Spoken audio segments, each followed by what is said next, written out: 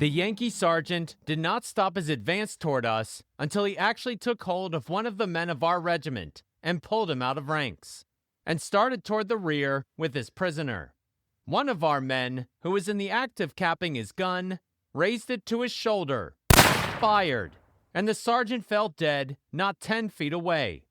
By this time, the road was full of Yankees, and there was such a fight as was not witnessed during the war. Guns, bayonets, swords, pistols, fence rails, rocks, etc. were all used along the line. I have heard of a hell spot in some battles. This was surely one.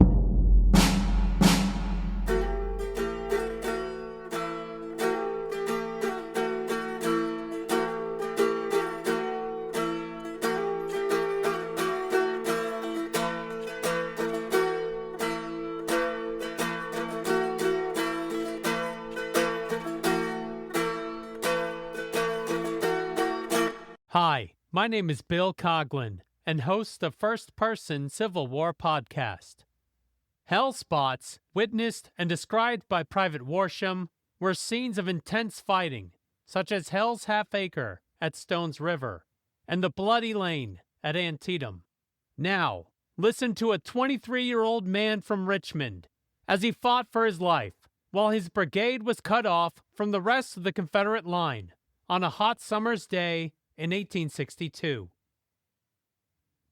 Episode 60 is entitled Private John H. Worsham and the 21st Virginia at the Battle of Cedar Mountain, and relies on his book, One of Jackson's Foot Cavalry, His Experience and What He Saw During the War, 1861 to 1865, which he published in 1912. John Henry Worsham was born in Richmond, Virginia on 8 July 1839 and lived in the city up until the beginning of the war. By 1860, John was a clerk and was swept up in the wave of enlistments across the city in early 1861, just as South Carolina state forces and eventually the newly formed Confederate Army began to invest Fort Sumter. The company John Worsham joined was already drilling in the city prior to the firing on Fort Sumter, and on 21 April 1861, he officially enlisted in the Confederate Army as a private. I joined an old volunteer company. It was known as F Company of Richmond, one of the crack companies of that day. In its ranks were some of the best men of the city. It numbered about 80 men. New members were added so rapidly that it soon numbered about 150. This company had a fine cadet gray uniform, consisting of a frock coat, which had a row of Virginia fire-gilt buttons on its front. Around the cuff of the sleeve, a band of gold braid and 2 small fire-gilt buttons. On the collar of the same gold braid, so arranged that it looked very much like the mark of rank of a first lieutenant, which was afterwards adopted by the Confederacy. The first experience Private Worsham had in Company F, besides drill, was that of the suspected raid of the USS Pawnee upon Richmond in late April 1861. The sloop of war was down in Norfolk and ordered to secure U.S. ships and ammunition located at the Naval Yard. Private Worsham, Company F, and the Richmond Howitzers manned positions along the James River to prevent the 10-gun sloop of war from making a run on the capital of Virginia, but the ship never steamed upriver, and the threat soon passed. By July of 1861, Private Worsham and Company F were assigned to the 21st Virginia, which was sent to Western Virginia and fought at Cheat Mountain. By the end of the year, the 21st Virginia was assigned to Major General Thomas Stonewall Jackson's division, which was headquartered in the Shenandoah Valley. Private Worsham saw service throughout Jackson's Valley Campaign and in the 7 Days Battles, where he helped defend Richmond from Major General McClellan and the Army of the Potomac. While the Army of the Potomac began its retreat down the peninsula, the Union Army of Virginia, commanded by Major General Pope, began its march by land from Washington, D.C., to alleviate any threat to McClellan as he moved his army away from Richmond. Aware of this advance into northern Virginia, Lee, who had reorganized his army, sent Stonewall Jackson north to hamper Major General Pope's movement. As Private Worsham and the 21st Virginia boarded trains to meet this threat, they marched in Colonel T.S. Garnett's brigade, in Jackson's division, commanded by Brigadier General Thomas S. Winder, of the left wing, commanded by Stonewall Jackson. By the end of July, Jackson was in Gordonsville and had received reinforcements to the point that he had approximately 24,000 men under his command. As the Army of Virginia marched south, there was now a real threat that corps from the Army of the Potomac, which were boarding transports back to Washington, D.C., could be diverted to reinforce Pope on his march. Lee intended to engage the Army of Virginia before this junction could be made, and Jackson began his march toward Culpeper County, where the 2nd Corps, under Major General Nathaniel Banks, led the army on its march south. By 8 August, the two formations were skirmishing over the fords across the many rivers in Culpeper County. After successfully fording the Robeson River, the 21st Virginia went into camp for the night. On the evening of the 8th, Private Worsham experienced a rarity during the Civil War, a night skirmish. About midnight, we were awakened by the firing of musketry and the ting of balls falling amongst us. Each man rose up and took his place in ranks more quickly than I ever saw it done. And when the order was given to take arms, every man had his gun ready for action. We marched to the road and halted to await orders from headquarters. The firing soon ceased. It resulted in the surprise of some Yankee cavalry. They were ignorant of our advance, and, being halted by our guard, they began to retreat, and after a brisk skirmish, made off as soon as they could extricate themselves. In this affair, my regiment got into ranks directly from their beds, and when we marched back to our camp, the laugh began. Some of the men were in their shirt sleeves, some having nothing but shirts, some with one shoe on, hardly one with a hat. But every man was in his place. The morning of the next day, 9 August, 1862, Stonewall Jackson's wing continued its march northward. Private Worsham and Jackson's division were second in line of march that day, and by 1 o'clock he could hear cannon in the distance. The Battle of Cedar Mountain had begun. The 21st Virginia quickened its march, and Private Worsham provided foreshadowing for the reader. Peace and beauty all around us. Death and danger just ahead. On our faces, careless courage. In our hearts, a somber dread. Then the skirmish line went forward, and the only sounds we heard were the hum of droning insects and the carol of a bird, till far off a flash of fire and a little cloud went by, like an angel's mantle floating down from an azure sky. Then a shell went screaming o'er us, and the air at once was rife with a million whispering hornets, swiftly searching for a life. And the birds and insects fled away before the rebel yell, the thunder of the battle, and the furious flames of hell. Just like the Valley Campaign of a few months ago, Stonewall Jackson was entering a fight with local numerical superiority in the face of a greater enemy force. As Major General Ewell's division formed to the right, Private Worsham and the rest of his brigade pushed forward on the Orange and Culpeper Road, and eventually occupied a wooded area to the north of the road. The 2nd Brigade formed in line of battle in the corner or angle of the wood. The 21st Virginia on the right, the 48th Virginia next, both facing east. The 42nd Virginia next, and at right angles to the road, and facing north. The Irish Battalion next, forming the left. Colonel Garnett's brigade was arrayed to face the only enemy they noticed as they took the field on that hot August afternoon. Believing the Stonewall Brigade would form on his left, he focused his attention on the Union columns advancing upon Ewell's and elements of Jackson's division to the east. Captain W.A. Witcher, who took command of the 21st Virginia during the battle, confirmed the orientation of the brigade as it entered the fight.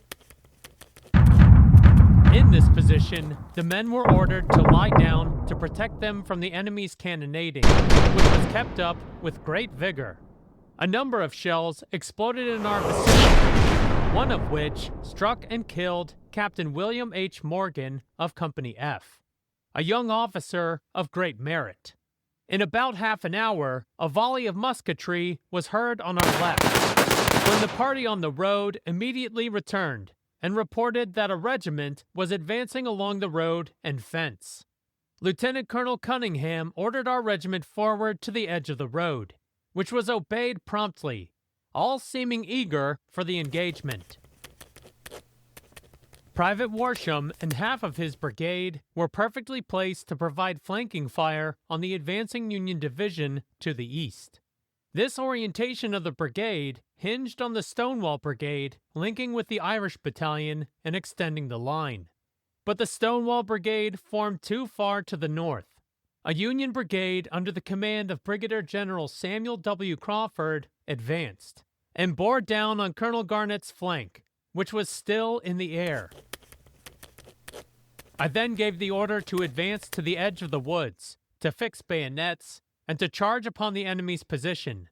Steadily in line, my command advanced, crossed the fence which skirted the woods, and with one loud cheer, charged across the open space in the face of a fatal and murderous fire from the masses of enemy infantry, who laid concealed in the bushes and woods on our front and flank.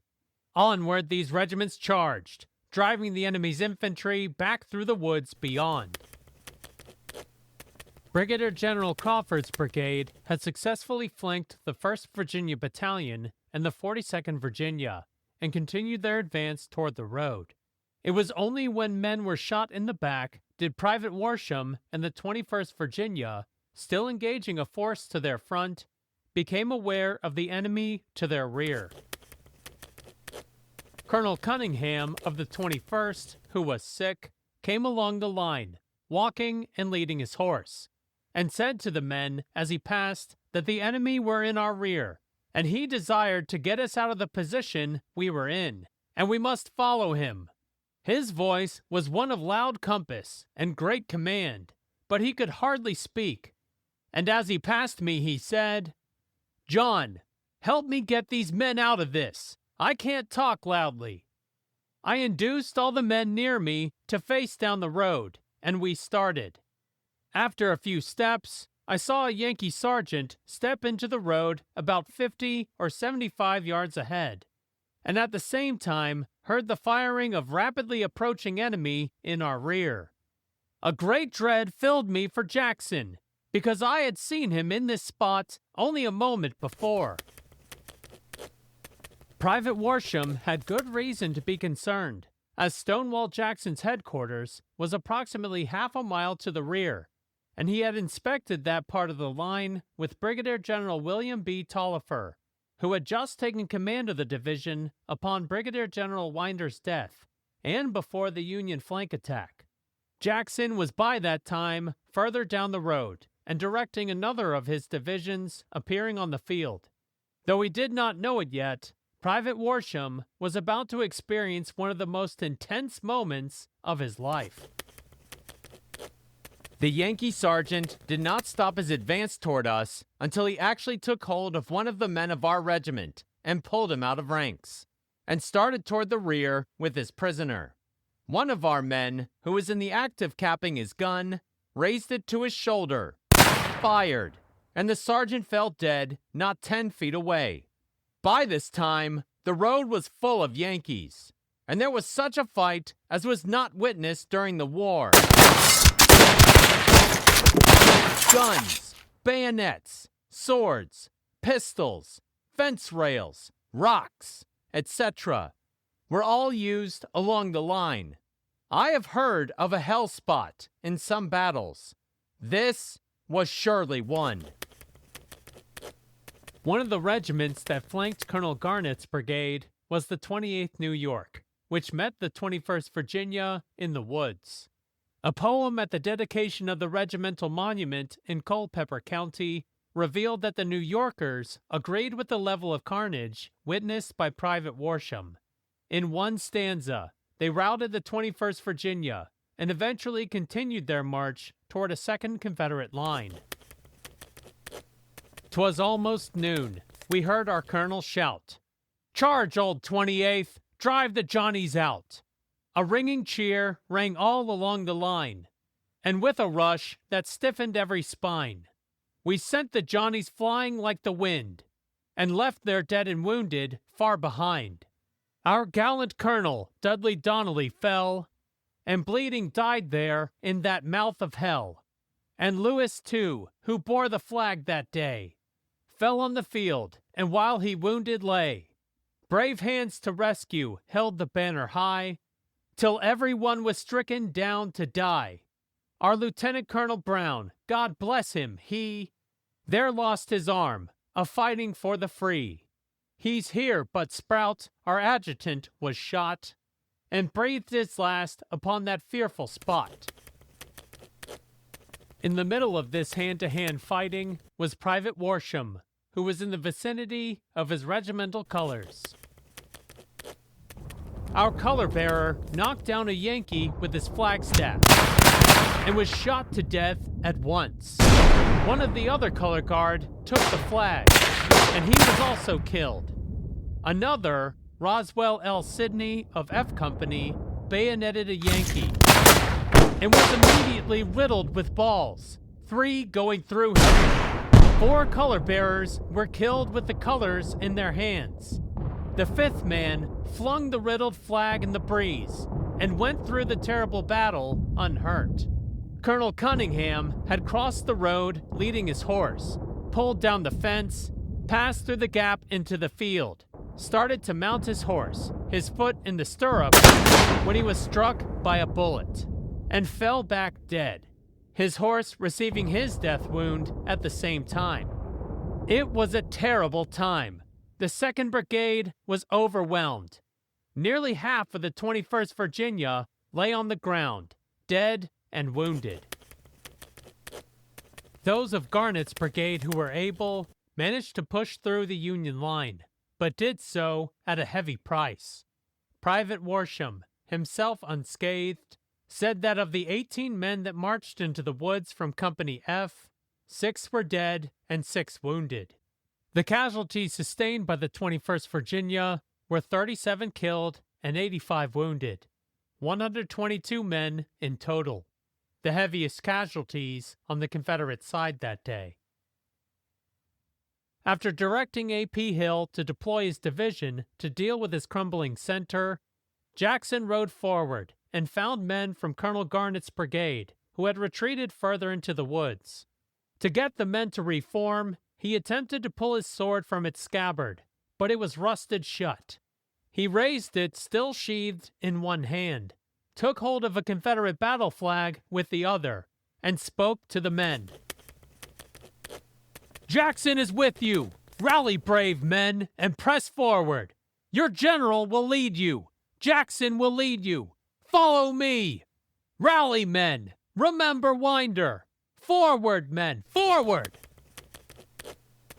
Private Worsham makes no mention of Jackson's speech, as he was still in the fight with a portion of the 21st Virginia. Having already fought through the hell spot of the woods, Private Worsham noticed the bolstering of the line. The remnant was still fighting hand to hand. Jackson hurried men to our relief, the Stonewall Brigade coming in on our left, and the 3rd Brigade on our right.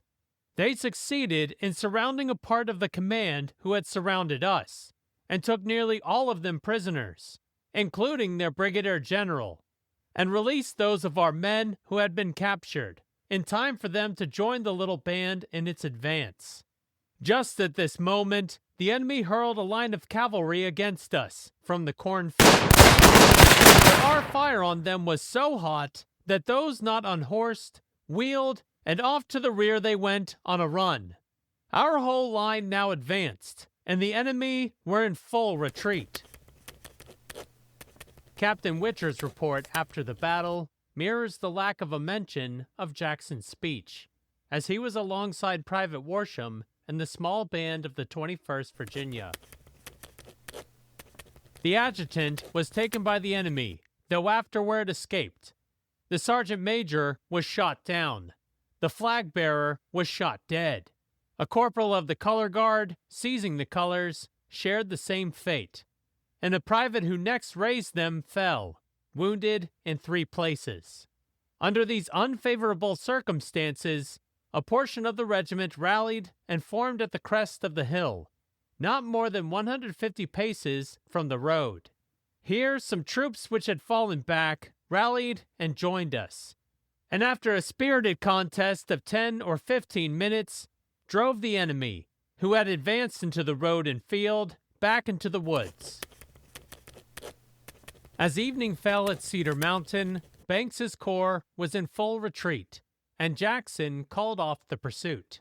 Lee began concentrating more of his army to the north of Richmond, which culminated in the Second Battle of Bull Run, where he defeated the Army of Virginia and sent it retreating back toward Washington, D.C. Private Worsham remained in the 21st Virginia, having witnessed some of the largest and bloodiest battles of the Civil War. During that time, he rose through the enlisted ranks and eventually promoted to regimental adjutant on 12 September 1864. At the Third Battle of Winchester, 19 September 1864, he was shot in the leg, which left him permanently disabled and discharged from service. Thank you for listening to the 60th episode.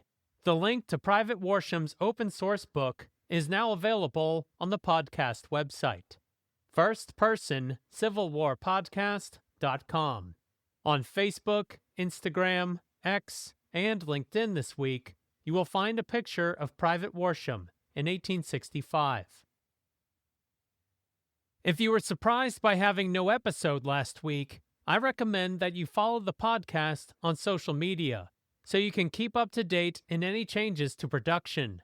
While there, you can also find the ongoing diary entries of Major Wills in the 103rd Illinois during the Carolinas campaign, and further pictures that I find in the sources online, such as sketches of Private Worsham's uniforms from 1861 to 1864. For this next episode, I will highlight another storied unit, the Iron Brigade, at the battle where they earned their name. In 2 weeks' time, Private Philip Cheek of Company A, 6th Wisconsin, provides next episode's first-person account at the Battle of South Mountain. My name is Bill Coughlin, and thank you for listening to First Person Civil War Podcast.